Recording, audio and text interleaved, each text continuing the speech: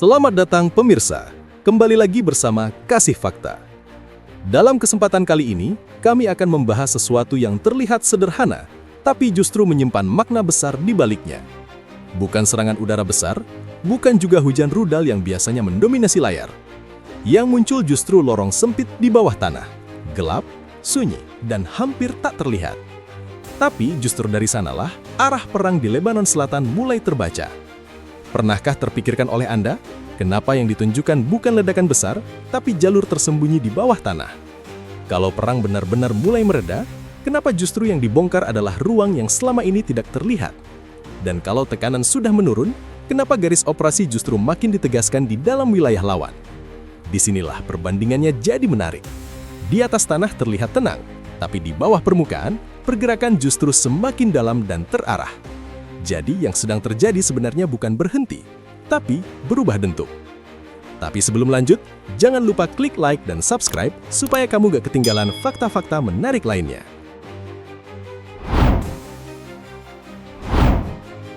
Yang terlihat kali ini bukan langit penuh rudal, bukan pula kilatan besar yang biasanya langsung memberi kesan perang sedang memuncak.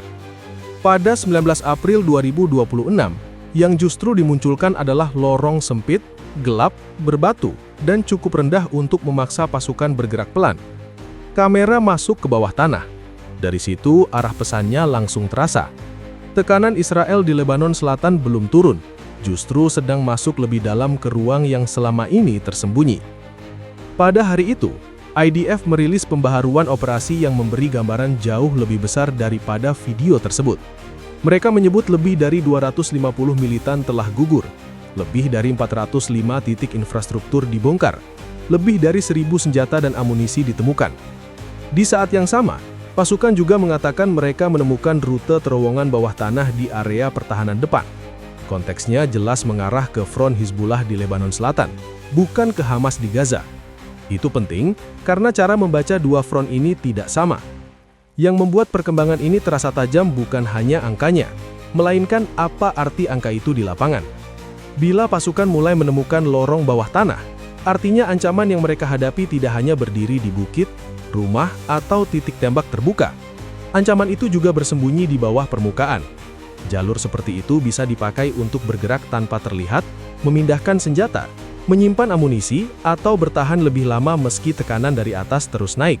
Jadi ketika kamera masuk ke terowongan, yang sedang diperlihatkan sebenarnya bukan sekedar ruang sempit.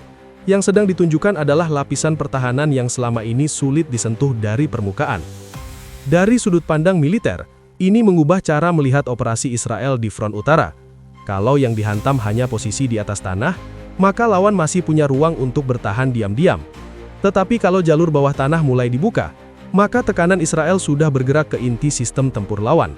Bukan cuma memburu orangnya, tetapi juga membongkar ruang yang membuat perlawanan tetap hidup dekat garis perbatasan. Karena itu, video terowongan pada 19 April 2026 tidak berdiri sendiri. Ia muncul bersamaan dengan pesan bahwa operasi di Lebanon Selatan masih aktif penuh. Artinya sederhana, tetapi dampaknya besar. Israel ingin menunjukkan bahwa ancaman di kawasan itu belum dianggap selesai hanya karena ledakan besar tidak selalu mendominasi layar. Justru saat lorong-lorong seperti ini mulai terbuka, pesan strategisnya menjadi lebih kuat. Perang di front utara belum masuk fase diam. Ia sedang masuk ke tahap pembongkaran yang lebih dalam, lebih teliti dan lebih berbahaya bagi struktur pertahanan Hizbullah di dekat garis perbatasan. Ketika yang diburu bukan lagi sekedar posisi terbuka, melainkan jalur tersembunyi di bawah tanah, maka yang mulai rusak bukan cuma lapisan luar pertahanan. Yang mulai terguncang adalah kerangka yang menopang kemampuan bertahan itu sendiri.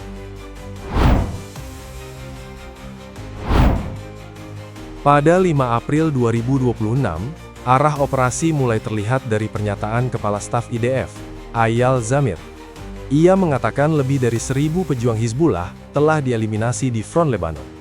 Bukan hanya itu, ia juga menegaskan bahwa area selatan Sungai Litani telah menjadi zona operasi aktif, dan pasukan akan tetap berada di garis itu selama ancaman langsung ke Israel Utara belum dijauhkan.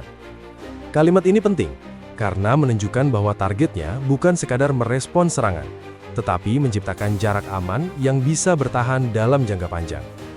Beberapa hari kemudian, pada 13 April 2026, gambaran itu mulai turun ke level yang lebih konkret. Pasukan Israel mengepung Bin Jibel, sebuah kota yang selama ini dikenal sebagai titik kuat Hizbullah di sabuk perbatasan. Pejabat militer Israel saat itu menyebut bahwa kendali operasional penuh atas kota tersebut akan tercapai dalam beberapa hari. Di saat yang sama, laporan di lapangan menunjukkan bahwa peluncur dan senjata ditemukan dalam jumlah signifikan, sementara sisa militan yang bertahan di area itu semakin sedikit.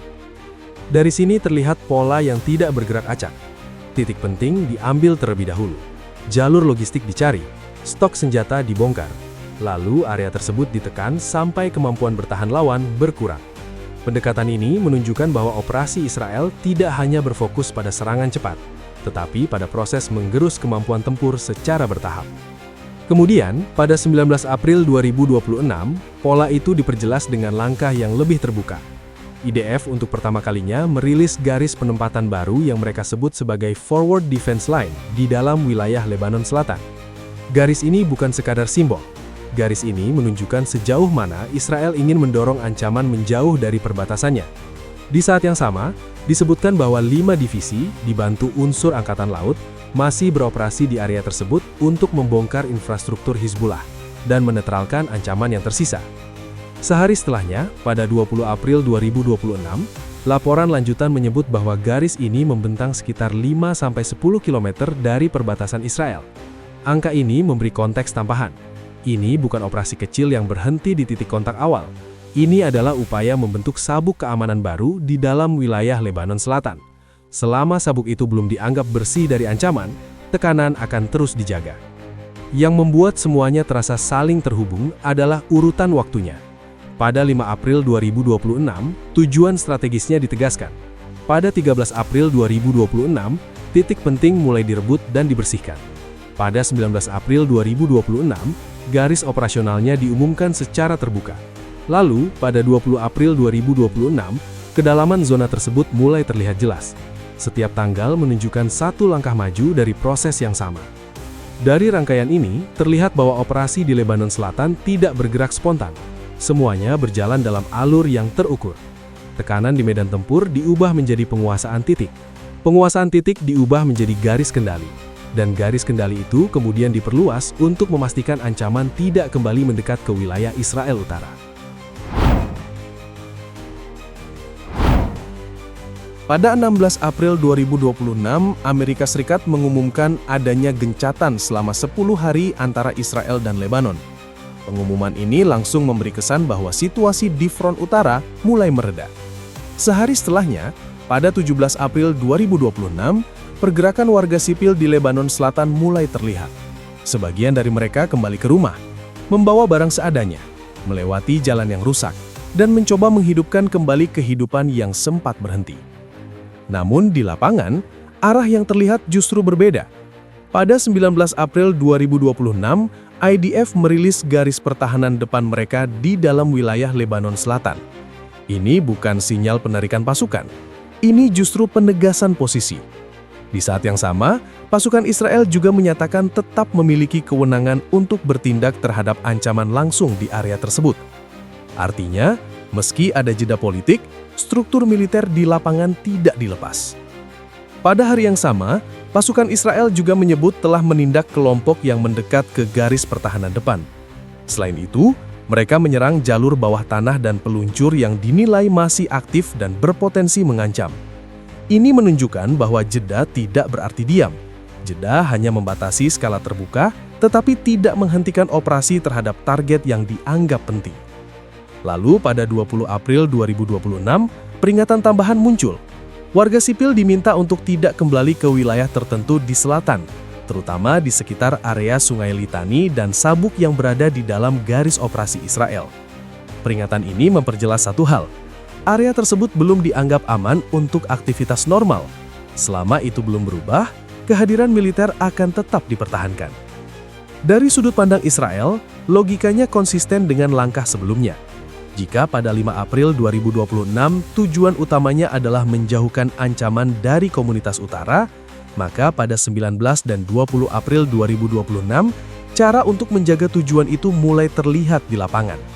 Zona operasi dipertahankan.